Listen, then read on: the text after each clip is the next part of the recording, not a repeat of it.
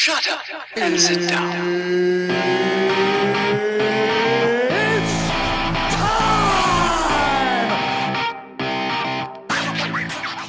Welcome back to Bernie Talks Fighting YouTube channel. I am Bernie, and today I'm going to be talking fighting with one of my favorite fighters in combat sports, the one and only David Wilson, aka Baby Hulk. How are you, my friend? Thank you very much for coming on. Oh, thank you for having me, my guy. How are you? Yes, all good, all good. I kind of wanted to give you a bit of a backstory about how I heard about you and how big of fans we are. So we have a home bar here at my house in Northern Ireland. We call it the VIP. We always sit in it and we watch TV and we watch loads of fights. And our favourite kind of fighting you watch is Streetbeefs. It's one of the most entertaining organisations they watch. And that is how we found out about Baby Hulk maybe 5 years ago. But you actually have your own fan club over here in Northern Ireland. How does it feel? Oh my gosh, bro, that's awesome to hear. Honestly, like I have a friend, quick little story, foreign exchange student, went to my university and she's from Northern Ireland. So I've always had a bunch of love for Northern Ireland. And to know that y'all feel the same about me, it warms my heart. That is unreal. That is unreal. It's a small world, isn't it? It's a small world. Well, you're Hmm. definitely very loved over in this part of Northern Ireland anyway. One of the reasons we did become fans of you, obviously, there's loads of street based fights out there. They're all very, very, very entertaining. You can watch as many of them as you want, and they're as entertaining as each other.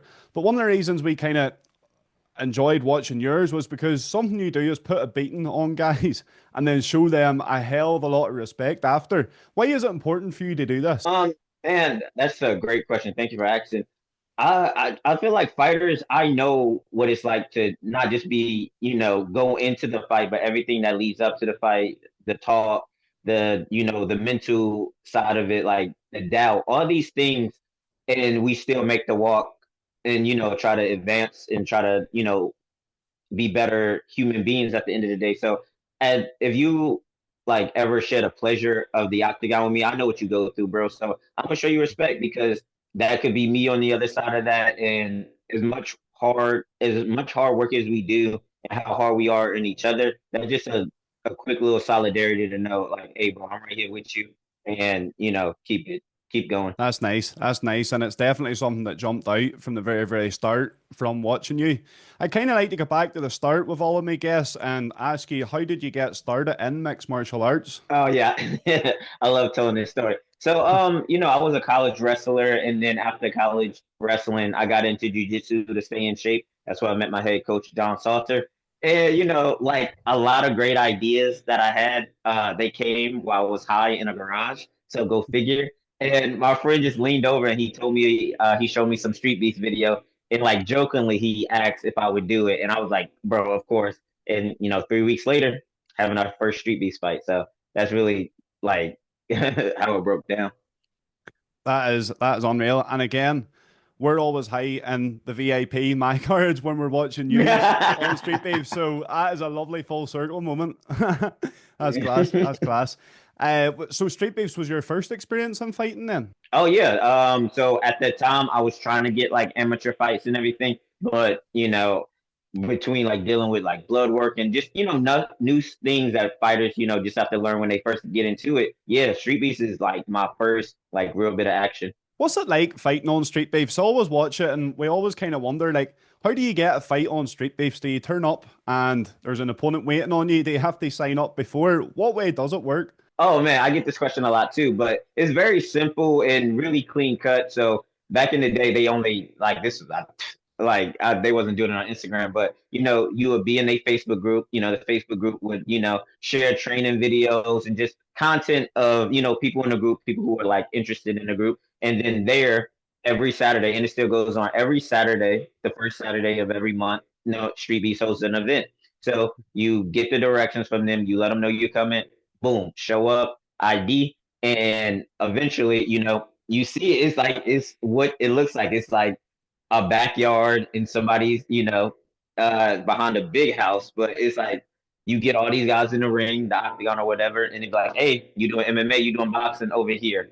Uh, you're 140 and above over here, 140 and below over here. Like, and then they go up the random guys, like, bro, what's your experience level like? You're like, well, man, I'm 100-0 in the streets. And like, all right. And then you're like, what's the like? I've had like two amateur fights, and then like, all right, link up, boom. So they're really fair usually with the matchups and everything. And it's just like that, bro. Like if me and you showed up, we might end up getting matched up. It's just how it works out. That is crazy. That's crazy. It's really, really interesting to hear that, but very, very interesting. How does it work in terms of like obviously you held a title, your fight with the Viking, 49 million views, which is absurd.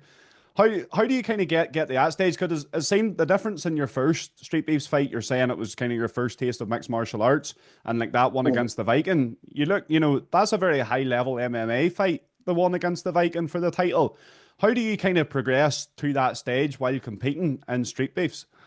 Oh, thank you again, man. You're a great interview. I love these questions. So, just a little thing with that. When I had my first Street Beefs match, like I said, I was still trying to get regular sanctioned amateur MMA fights. So I think a week after that, I had my first like amateur MMA fight, and I just kept going from there, man.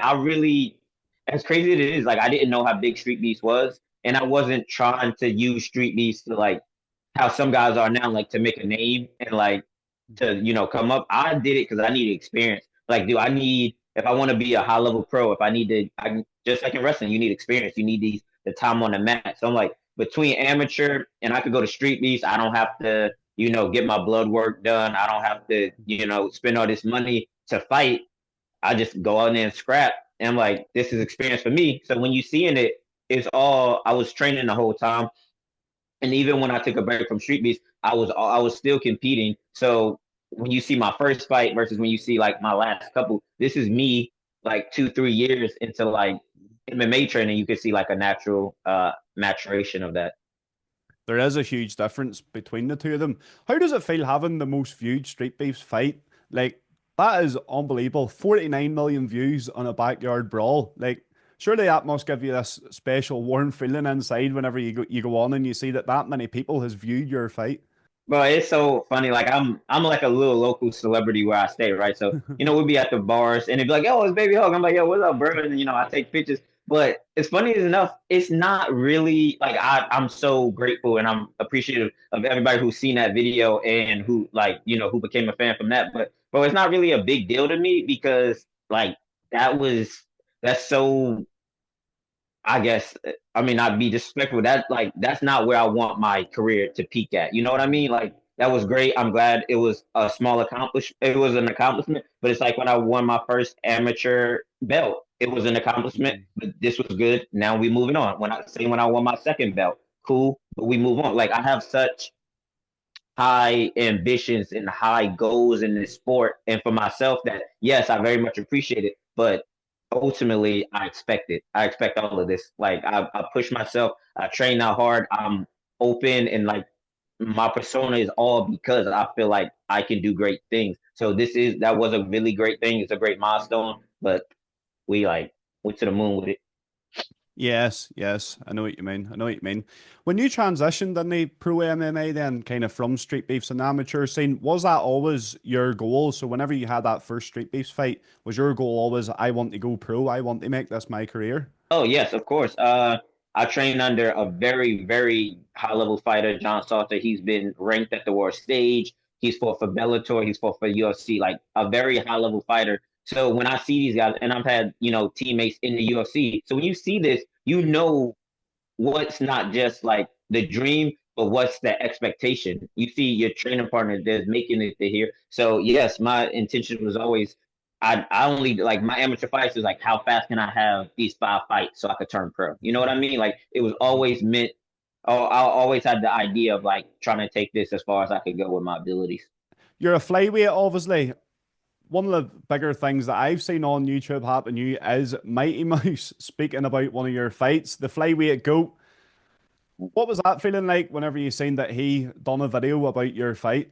Dude, talk about surreal. Like I am like, bro, if you look at any of my interviews, if you talk to me for like since I really, kind of been a fan of the sport, bro, he's always been my GOAT. Like not only are we similar in like size in the same weight class, just his mind and like the things he's able to do like on the mats in the cage. It's amazing. Like I'm such a fan. And for him to break down one of my fights, it's incredibly humbling. Like when the GOAT says, well, even a little compliment, he's like, oh, he has good awareness, or I like how he does that. I'm like, bro, like that's amazing. Like even if he critiques something, at least I know like, oh, what I have to work on now. So yeah, any like that was probably that was probably crazier than the 49 million views is having him react to one of my fights. Would you say that's the craziest or most surreal moment of your career so far? That and I have to 1A, 1B is when I got like a shout out video for Michael Chandler.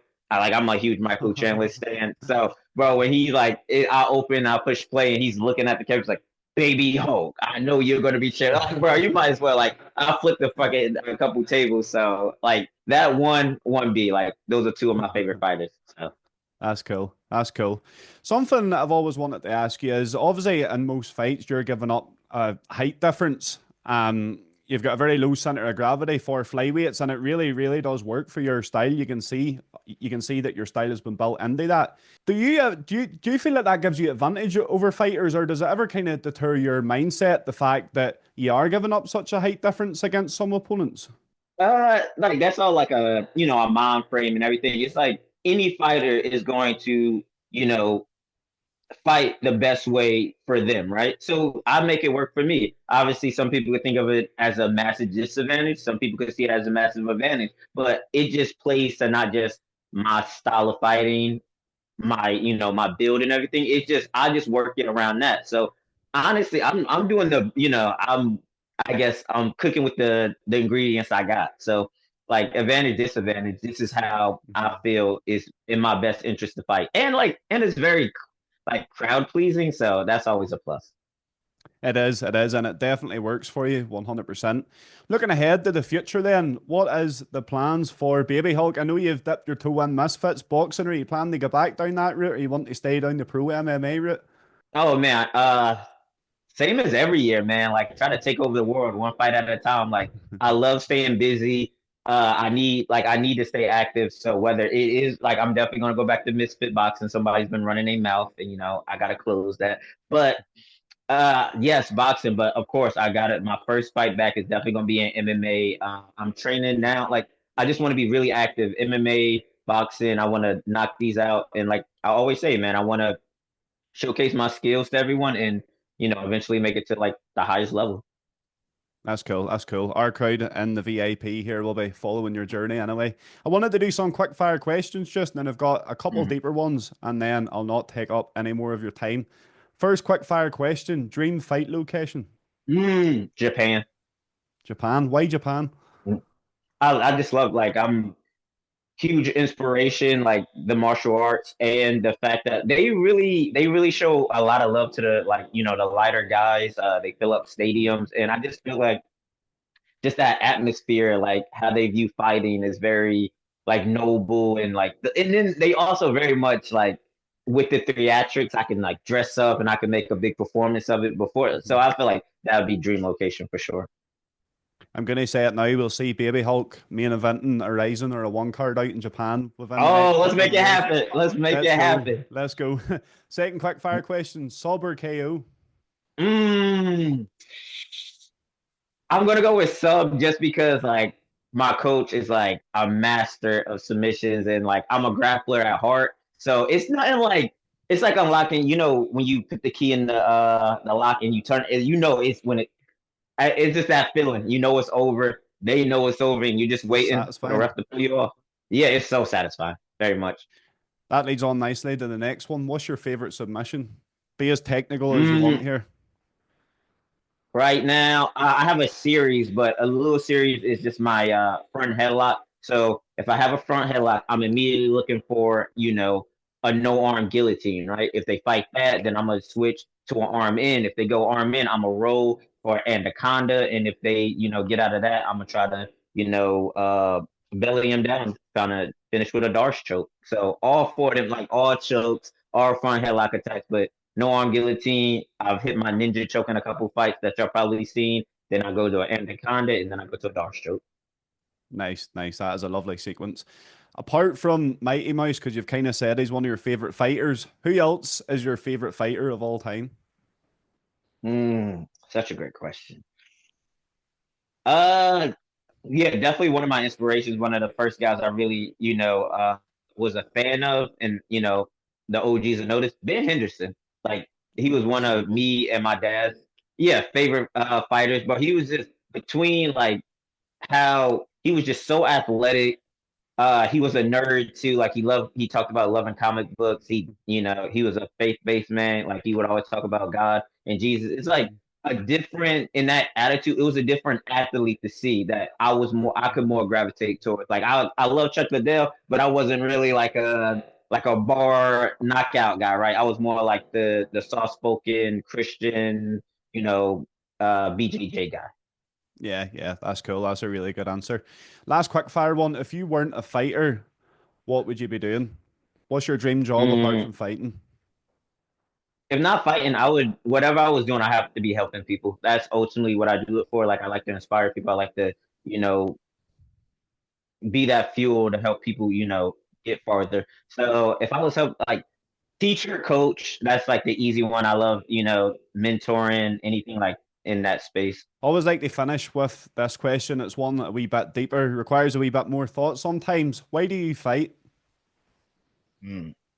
Love this question as well. Kind of like how I just mentioned, it's a myriad of things. Like, it's not always just one thing, but the collection is I wanted to I'm very big into self improvement, right? 1% better every day. So it's like you have to do something that's hard, and I can't really think of many other things harder than MMA. Between the physical, between the emotional, you're putting yourself out there to the media to be scrutinized. You scrutinize yourself, so it's something that very much helps me with that, and also I'm able to through my journey inspire others, and that's a big part. It's like, bro, if like this little short guy can get out there and get under the lights and do these amazing things, I know you can. I can see that you can. So Yeah. between just like self-improving myself, wanting to prove to myself what type of man, what type of fighter, what type of athlete I am, and then ultimately through my journey inspiring others to take that step.